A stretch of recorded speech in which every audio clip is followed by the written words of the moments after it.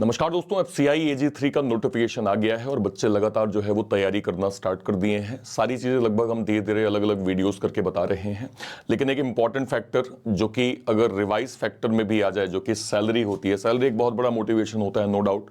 आप अगर government exam की तैयारी कर रहे हैं तो एक स्टेबिलिटी तो होता है, इसमें कोई दो राय नहीं है, लेकिन सैलरी के नंबर्स भी हमें नो डाउट मोटिवेट कर रहे होते हैं। तो आज मैं आपको क्लियरली बता देता हूं कि रिवाइज सैलरी के नंबर क्या हैं और किस तरह से अगर एक बिगिनर या फ्रेशर इस बार अगर CI को ज्वाइन करेगा तो उसके नंबर्स जो हैं वो क्या होने वाले हैं। देखिए, सबसे पहले मैं आपको बता देता हूं क्या क्या नंबर्स हैं।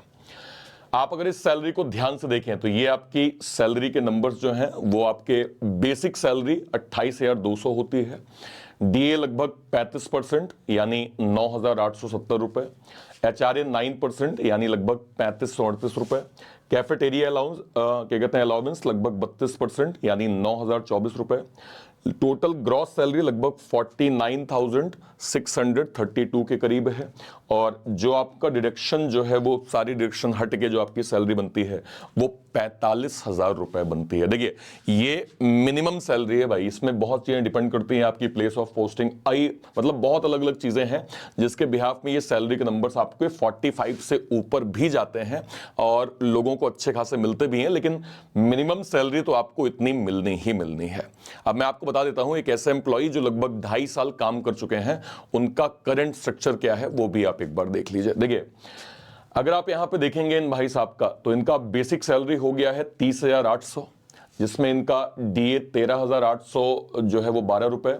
HRA 8,324 रुपए। इसके अलावा कुछ अलग अलग अलाउंस हैं जो जनरली आप रीइंबर्समेंट करके, अगर आप अदर किसी बैंक्स में हैं या अदर किसी इंश्योरेंस में हैं और कहीं हैं तो आप इन चीजों को रीइंबर्स करके जो है वो अवेल कर सकते हैं, लेकिन अब CI के अंदर ये आपको डायरेक्टली सैलरी के अंदर ही ऐड होके मिल जाता है। एक बार देख लीजिए, वॉशिंग अलाउंस 615 रुपए, ट्रांसपोर्ट अलाउंस 1,850 रुपए, हाउस कीपअप अलाउंस लगभग 3,000 जो है वो 83 रुपए, ड्रेस अलाउंस 1,542 रुपए, कुक अलाउंस 617 रुपए, लंच अलाउंस 1,542 रुपए और इलेक्ट्रिसिटी अलाउंस लगभग 617 रुपए।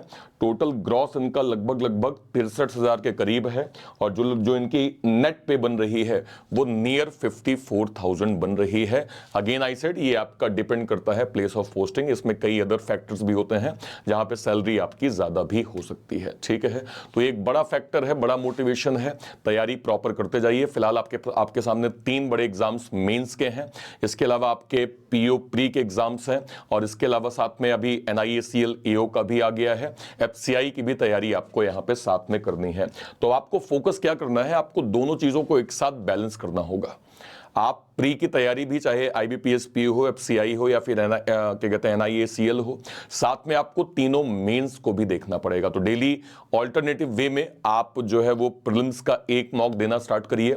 मेंस के लिए आप डेली जो है वो करंट अफेयर पढ़ना स्टार्ट करिए, साथ में सेक्शनल जो high level content specially math और रीजनिंग के हैं इनको आप टॉपिक वाइज प्रॉपर पढ़ना स्टार्ट करें। और जब आपका बेस अच्छे से क्लियर हो जाए धीरे धीरे, तो आप जो है वो कंप्लीट मॉक की ओर जाएं और कंप्लीट मॉक दे के भी अपने मेंस के लेवल को बहुत डेप्थ वे में चेक करें। ये चीज आपको जरूर से जरूर कर लेनी है, इंपॉर्टेंट फैक्टर है। इसलिए आप, क्योंकि सितंबर का महीना बहुत इंपॉर्टेंट है आपकी तैयारी के लिए। अभी तक आपने जितनी भी तैयारी लेट सपोज मई जून से आप करते आ रहे हैं तो वो आपने प्रीलिम्स के लिए करी। नो डाउट प्रीलिम्स आपका अगर अच्छे मार्जिन से क्लियर होगा, जैसे आप लोगों के प्रीलिम्स के स्कोर हमने देखे हैं, अकॉर्डिंगली मैं ये कहूंगा कि अब आपको डबल लेवल पे मेहनत करनी है, क्योंकि मेंस के मार्क्स ही काउंट होते हैं। और अगर आप क्लरिकल लेवल एग्जाम की बात करें, लेट सपोज IBPS क्लर्क है या फिर RRB क्लर्क है, यहां पे फिर इंटरव्यू नहीं होता, मेंस के मार्क्स के बाद डायरेक्टली फिर यहां पे रैंक ही अलॉट होती है। तो मेंस के नंबर बहुत मैटर करेंगे। सितंबर के महीने को एकदम यूटिलाइज करिए, 100% अपनी स्टडी में दिन रात एक कर दीजिए तैयारी में, क्योंकि एट द एंड आपका उद्देश्य जो है वो फाइनल सिलेक्शन होना चाहिए।